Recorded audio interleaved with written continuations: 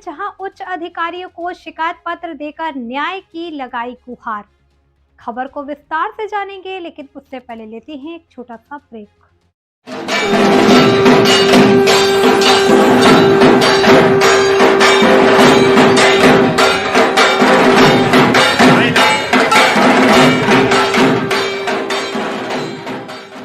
देशवासियों को, खासतौर से मेरे वार्ड के जितने भी क्षेत्रवासी हों, 75 नंबर छोटी गुना के नव वर्ष की हार्दिक शुभकामनाएं।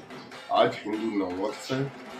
इस दिन के लिए हम लोगों को एक उत्साह पूर्वक मनाना चाहिए और इसके लिए आपको एक बहुत बहुत शुभकामनाएं। मैं पंकज ओझा, योजना 2 में मेरा आवास है HID में, जो 75 नंबर छोटी गुना वार्ड के अंतर्गत आता है।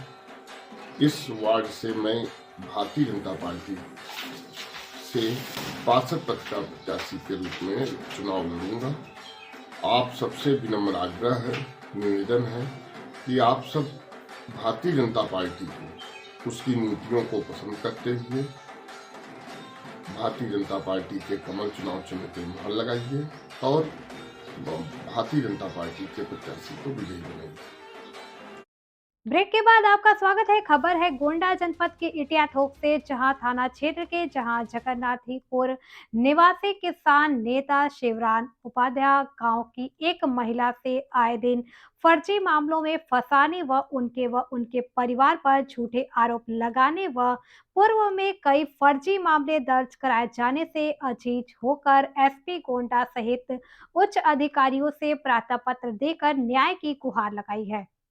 इस बारे में उन्होंने जानकारी देते हुए बताया कि गांव के ही एक महिला जो उनकी जमीन पर कब्जा करने का प्रयास कर रही हैं, जो देश की आजादी के पूर्व जमीनों का बंटवारा हो चुका था, उसी मामले को लेकर बार बार उनके व उनके परिवार को फर्जी मुकदमे फंसाने का पूरा प्रयास कर रही है। कुछ दिन पूर्व चोरी व डकैती के मामले को लेकर थाने में लेकर उच्च अधिकारियों तक मामला दर्ज करवाने का प्रयास कर रही है।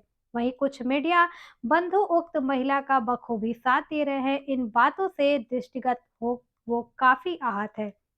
उन्होंने इस संबंध में शिकायती पत्र देकर उच्च अधिकारियों से उचित जांच करने की मांग की है। वहीं SP गोंडा के द्वारा क्षेत्राधिकारी सदर शिल्पा वर्मा ने जांच सौंपी है। अब देखना यह दिलचस्प होगा कि जांच में क्या सच्चाई सामने आती है।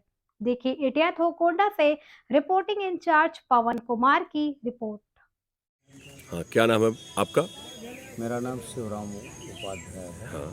मैं भारतीय किसान यूनियन राजनीतिक गोंडा का जिला अध्यक्ष हूँ। हाँ। क्या समस्या है? आप हमारे दर्शकों को क्या बताना चाहते हैं?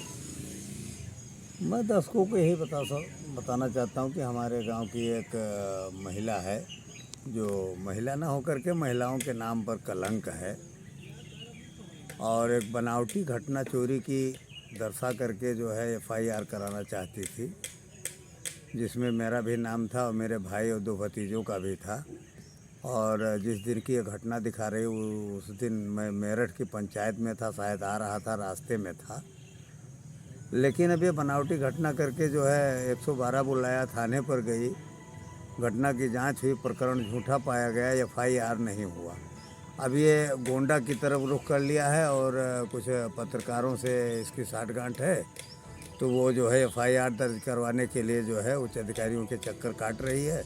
और मैं भी आज पुलिस अधीक्षक महोदय से मिला था कि रेणु देवी के द्वारा जो बार बार मुझे फंसाया जा रहा है, ब्लैकमेल किया जा रहा है, मुकदमेबाजी भी हो रही है, सारे प्रकरण हो रहे हैं, तो इनके द्वारा जो ये प्रार्थना पत्र दिया गया है, इसकी जाँच करवा ली जाए। तो SP महोदय ने ये जांच जो है क्षेत्राधिकारी श्री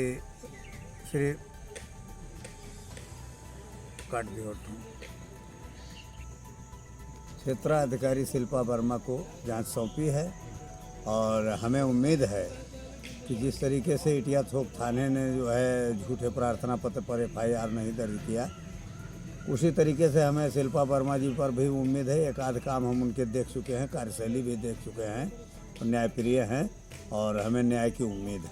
बार बार इस महिला से आपका क्या मामला फंसा हुआ है, जो बार बार आप पर इल्जाम लगा रही, बार बार एप्लीकेशन दे रही है? क्या बात है? इस महिला से कोई मामला है ही नहीं। 400-500 वर्ष पहले बंटवारा हो गया था और नहीं, हमारे उसका तो स्पष्ट कहना है कि आपने उसकी जमीनों पर कब्जा कर रखा है अरे भाई और आप उसे प्रताड़ित कर रहे हैं कि वो गांव छोड़कर भाग जाए। आप संख्या में ज्यादा हैं, आपकी ऐसा पावर कुछ है, नहीं है। ये आप पर आरोप लगाए जा रहे हैं। इस पे क्या कहें? आरोप लगाए जा रहे हैं, ये आरोप निराधार है। अगर ऐसा कुछ करना होता तो अब तक बहुत कुछ हो गया होता। हमको ऐसा कुछ करना नहीं है। देश संविधान से चलता है, मैं भी संविधान के सहारे चल रहा हूँ और मुझे संविधान और कानून पर, उच्च अधिकारियों पर भरोसा है। ये महिला कुछ भी कर डाले, हम अपनी ज़मीन नहीं देने वाले हैं। ये 2 बार हमको ब्लैकमेल कर चुकी है इसी इटिया थोक थाने में, जिसमें कुछ हल्का फुल्का पुलिस का सहयोग भी रहा, जिसमें पुलिस ने ये कहा मैं जानता हूँ कि घटना झूठी है, लेकिन ज़मीन दे दो नहीं तो हमको जेल भेज देना पड़ेगा। वो प्रार्थना पत्र 376D से संबंधित था। मतलब आपके नज़रों में जो ये महिला सुरक्षा कानून अधिनियम बनाए गए हैं उनके बारे में क्या कहना है कि महिला सुरक्षा कानून अधिनियम महिलाओं की बचत के लिए है कि अब महिलाएं जो हैं पुरुषों पर लगातार फर्जी मुकदमे दर्ज करवा रही हैं? नहीं, कानून तो अच्छा बना है और न सभी महिलाएं इस तरीके से हैं। मैंने बताया ना, ये महिला के नाम पर ये कलंक है। ये उन कानूनों जैसे का क्षेत्र में देखा गया है कई महिलाएं लोग महिलाओं को आगे करके लोगों की प्रॉपर्टी पर करना चाहते हैं, जिसमें एसआईटी जांच भी लगी हुई है। जिसे कुछ लोग गोंडा जनपद में इस संबंध में पकड़े भी गए हैं, कुछ अधिवक्ता हैं, पत्रकार हैं, या कुछ और टाइप के महिलाओं को आगे करके लोगों की जमीनों को हड़प रहे हैं। हाँ, महिलाओं को हथियार बना लिया है। और ये महिला तो स्वयं की मर्जी से कर रही है कि मतलब दबाव में आ जाएंगे तो हमें जो है ज़मीन मिल जाएगी, लेकिन ज़मीन तो इसको किसी हालत में दी नहीं जाएगी, क्योंकि मौके पर अगर जांच किया जाए तो इसका जो पीछे खिड़की लगी हुई है वो रास्ते में लगी है, न कि इसका पीछे दरवाज़ा था। ये न्यायालय को गुमराह कर रही, उच्च अधिकारियों को गुमराह कर रही, थाने को गुमराह कर रही। ये सबको गुमराह करके ये उन कानूनों का सहारा लेकर के जो है हमारी ज़मीन हड़पना चाहती है, जो सम्मान, सुरक्षा और स्वाभिमान के लिए बनाए गए हैं। सभी महिलाएं ऐसा नहीं करती हैं, लेकिन अब ये किस मिट्टी की बनी है ये मैं नहीं बता सकता।